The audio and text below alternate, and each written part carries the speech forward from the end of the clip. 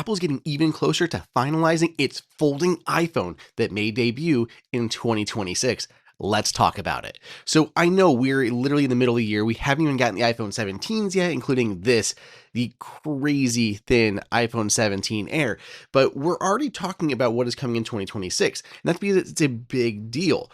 Apple has been working on a foldable iPhone. Now, right now, this does not mean we're going to see this phone. Apple is obviously investigating this and working on it and has prototypes, but it doesn't mean it'll actually make it to market. Apple obviously does this all the time and then cancels products before they're fully released.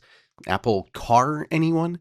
Well, now we're talking about the folding iPhone, and I think this is actually going to happen. The real question is just if it's a fad or if it's actually a useful product, and Apple seems to believe the product is worth moving forward with. So the new reports come from Chinese social media site Weibo from a known leaker. They say it will have a 7.58-inch display, so that's a little smaller than the 7.8-inch that Ming-Chi Kuo last cited, and it's a little smaller here than an iPad mini. iPad mini is actually about an 8.3-inch display, I believe, and it doesn't necessarily have to have this exact same aspect ratio, so it could be, a little taller or wider, whatever, than this one is, not so kind of narrow, perhaps.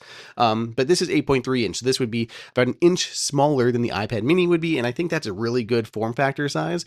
So that's what we're hearing on their latest version of their prototype. It'll also have like this kind of composite glass type hinge that'll be really interesting.